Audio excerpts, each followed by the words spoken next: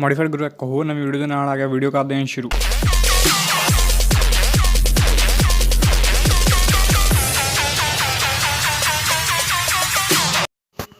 ਅੱਜ ਦੀ ਵੀਡੀਓ ਜਿਹੜੀ ਆਪਣੀ ਉਹ ਰਹਿਣ ਵਾਲੀ ਹੈ ਬੈਕ ਰਿਫਲੈਕਟਰ 'ਤੇ। ਜਿਹੜੀ ਰਿਫਲੈਕਟਰ ਉਹ ਹੁੰਦਾ ਹੈ ਜਿਹਦੇ ਵਿੱਚ ਆਪਾਂ ਜਦੋਂ ਰਾਤ ਨੂੰ ਜਦੋਂ ਆਪਾਂ ਕਿਤੇ ਜਾਈਦਾ ਅਤੇ ਲਾਈਟ ਜਿਹੜੀ ਹੁੰਦੀ ਆ ਬਾਈਕ ਦੀ, ਜੇ ਤੁਹਾਡੇ ਕੋਈ ਪਿੱਛੇ ਆਉਂਦਾ ਪਿਆ ਅਤੇ ਉਹ ਲਾਈਟ ਮਾਰੂਗਾ ਰਿਫਲੈਕਟਰ 'ਤੇ, ਜਦੋਂ ਲਾਈਟ ਪਾਊਗੀ ਅਤੇ ਉਹ ਚਮਕੂਗਾ ਅਤੇ ਉਹਨੂੰ ਅੱਗੇ ਪਤਾ ਲੱਗੂਗਾ ਕੋਈ ਜਾ ਰਿਹਾ ਆ। ਅਤੇ ਫਿਰ ਇਹ ਆਪਾਂ ਇੰਸਟਾਲ ਕਰਦੇ ਹਾਂ ਬੈਕ ਸਾਈਡ 'ਤੇ, ਜਿੱਦਾਂ ਕਿ ਅੱਗੇ ਵੀ ਲੱਗਾ ਹੋਇਆ ਹੈ ਵਾਈਟ ਕਲਰ ਦਾ। ਮੈਂ ਤੁਹਾਨੂੰ ਦਿਖਾ ਦਿੰਦਾ, ਆਹ ਦੇਖੋ ਇੱਥੇ ਲੱਗਾ ਹੋਇਆ ਇੱਕ।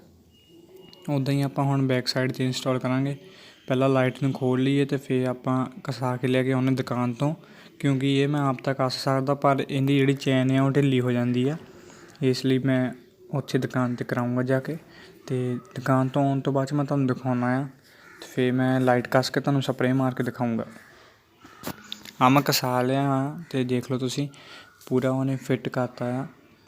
ਦੁਕਾਨ ਵਾਲੇ ਭਾਅ ਜੀ ਨੇ ਪੂਰਾ ਕਰਤਾ ਹੈ ਫਿੱਟ। ਅਤੇ ਆਪਾਂ ਸਪਰੇਅ ਮਾਰਨੀ ਆ ਹੁਣ, ਅਤੇ ਲੁੱਕ ਦੇਖਿਓ ਕਿੱਦਾਂ ਦਾ ਲੱਗਦਾ। ਡਿਸਕ੍ਰਿਪਸ਼ਨ ਦੇ ਵਿੱਚ ਮੇਰੀ ਇੰਸਟਾਗ੍ਰਾਮ ਦੀ ID ਦਿੱਤੀ ਹੋਈ ਆ, ਲਿੰਕ ਦਿੱਤਾ, ਜਾ ਕੇ ਫੋਲੋ ਕਰ ਸਕਦੇ ਹਾਂ। ਅਤੇ ਵੀਡੀਓ ਦੱਸਿਓ ਕਿੱਦਾਂ ਦੀ ਲੱਗੀ, ਕਮੈਂਟ ਕਰਕੇ ਵੀਡੀਓ ਕਰਦੇ ਹਾਂ ਐਂਡ ਹੁਣ।